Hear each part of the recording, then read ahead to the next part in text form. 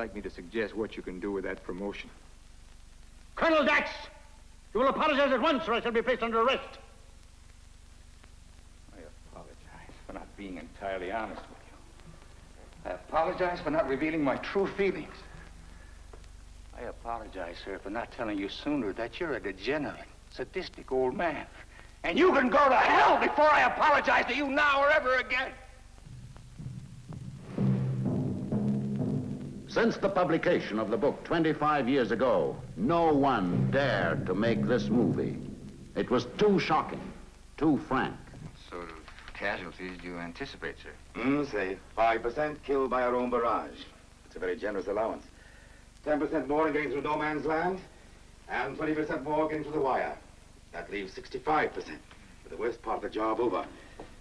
Let's say another 25% in actually taking the anthill. We're still left with a force more than adequate to hold it. General, you're saying that more than half my men will be killed. Aside from the inescapable fact that a good many of your men never left the trenches, there's the question of the troops' morale. Don't forget that. The troops' morale, sir? Certainly. These executions will be a perfect tonic for the entire division. There are few things more fundamentally encouraging and stimulating than seeing someone else die.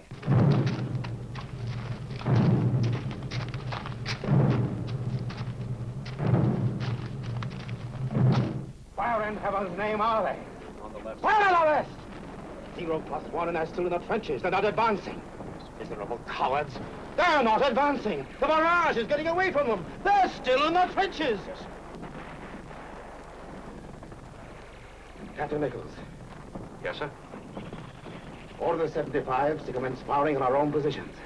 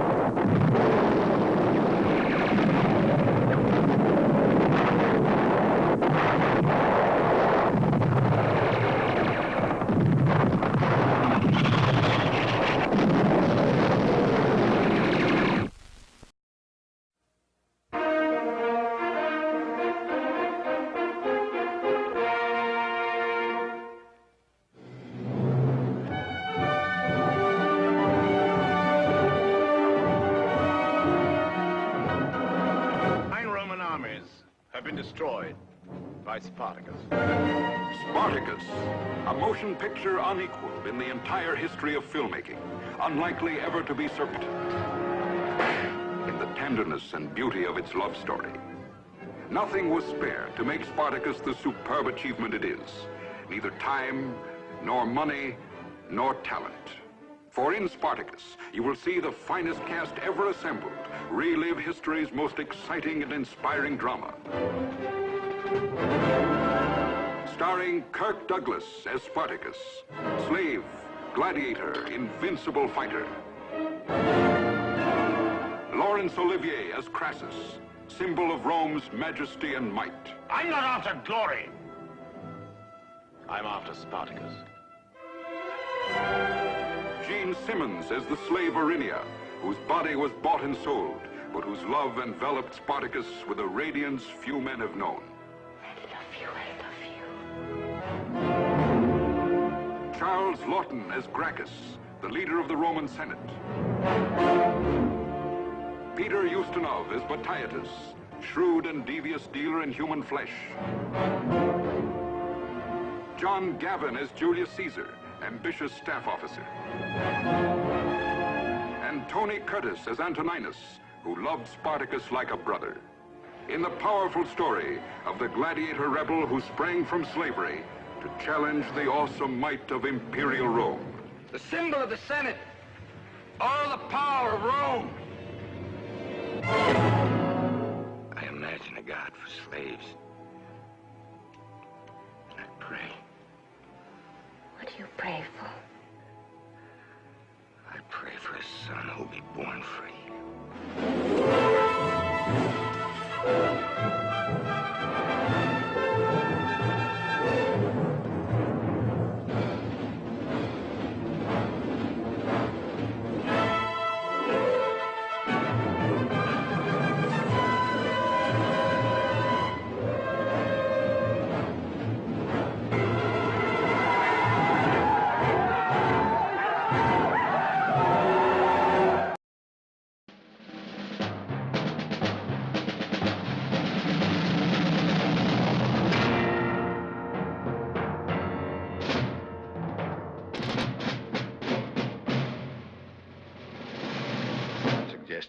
President, there's a military plot to take over the government.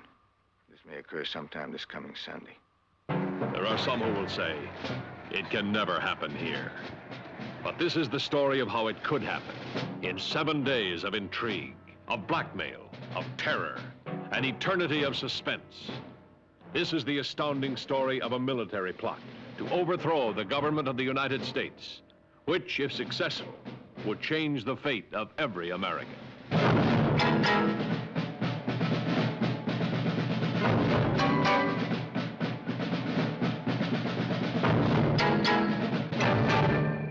You're a nightcrawler, Colonel.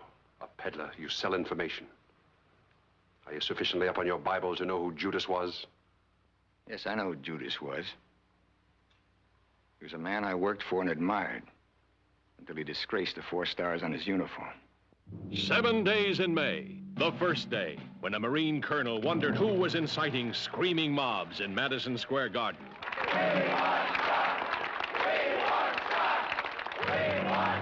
The second day, that uncovered secret meetings in Washington's back alleys. The third day, when unknown men prepared to kidnap the president from his private vacation resort. The fourth day, that brought a secret presidential messenger to death in a plane crash in Spain. The day a senator of the United States was held against his will.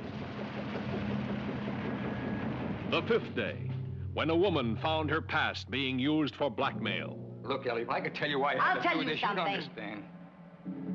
I was a stupid, impressionable female who let an Air Force general use her like his personal airplane. The sixth day, the discovery of a desert base for an airborne task force, kept secret even from the President of the United States.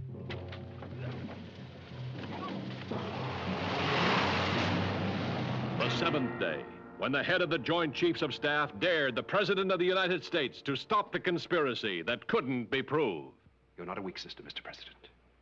You're a criminally weak sister. You say I've duped the people, General. I built them. I've misled them. I've stripped them naked and made them defenseless. You accuse me of having lost their faith, deliberately and criminally shut my ears to the national voice. I do. Well, where the hell have you heard that voice, General? In freight elevators? In dark alleys? In secret places in the dead of night? How did that voice seep into a locked room full of conspirators? That's not where you hear the voice of the people, General, not in this republic. And I will not resign voluntarily. I'm going to fight you. And then we'll see which one of us the United States is willing to follow.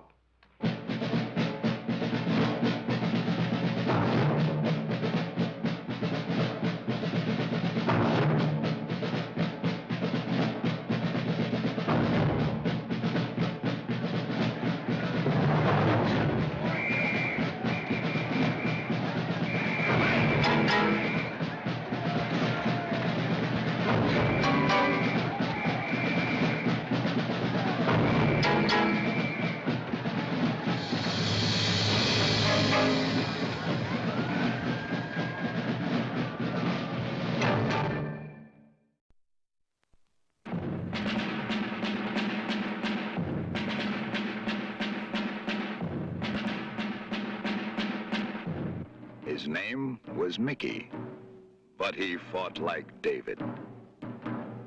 This was Mickey Marcus. From the streets of New York. It wasn't General Sherman who said war is hell. It was Mrs. Sherman. To the Pentagon in Washington. Don't involve the Army in any way. Don't use your rank or even your right name. Is it all right with you if I keep the same sex? To the fields of West Point. To the beaches of Normandy. To the deserts of the Middle East. Everywhere he lived and everywhere he fought, he cast a giant shadow. Kirk Douglas as Mickey Marcus. His courage changed millions of lives. His legend belongs to many flags. I'm fighting because I'm stiff-necked and proud of it. Next week, Ash. Next week. Senta Berger as Magda.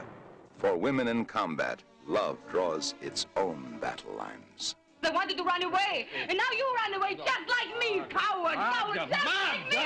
Oh!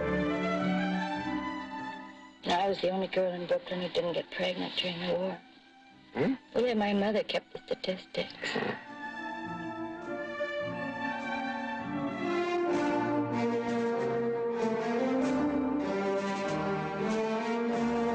And special appearances by Frank Sinatra. Danger, excitement. He'd fly anywhere to find them. What's this for? A trick we learned from the Stukas in the other wall. It's like a whistle. It screams on the way down. That's great. I'll make 2 of us. Yul Brynner as Asher, the underground leader who had more guts than guns, more nerve than know-how. We're outnumbered 60-1. Pardon me. 60-2 now that you are here. John Wayne as the general. For the army, he was blood and steel. For the underdog, he was a champion. Give this insubordinate son of a bitch every truck and blanket in the 3rd Army. And I don't care who you have to steal them from. Yes, sir.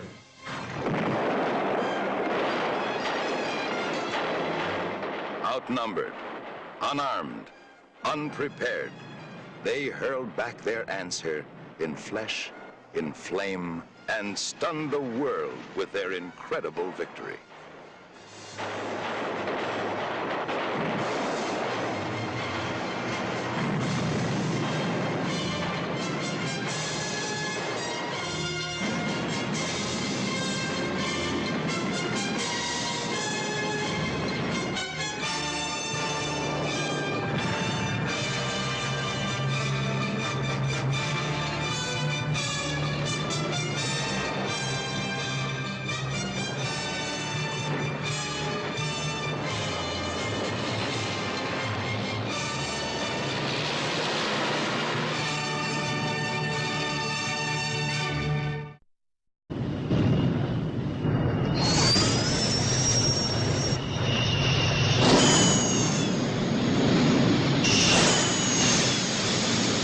On board the USS Nimitz, the most advanced nuclear supership in the American arsenal, carrying a complement of 102 aircraft and 6,000 men. The Nimitz is on routine duty, guarding the waters of the South Pacific. That Corsair's in real trouble. Stand by to ring the bell.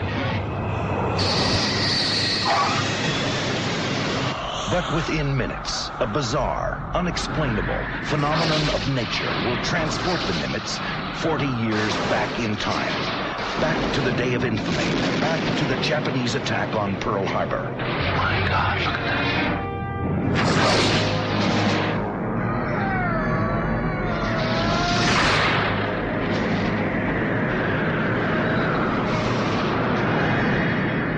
that. This is the captain. I'm speaking to every man aboard this ship. The storm has had some effect on time, as we know it. It created a portal. A door into another era.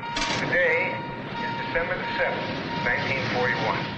1941. We're about to fight a battle that was lost before most of you were born. This time, God's help, it's going to be different.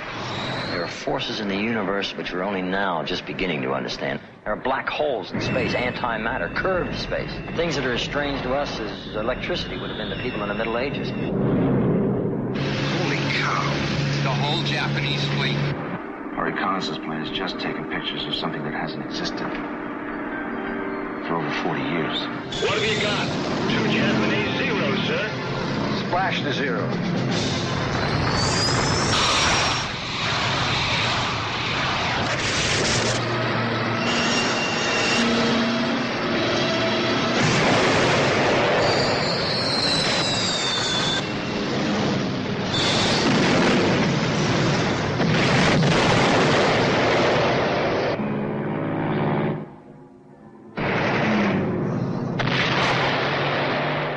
What's happening here?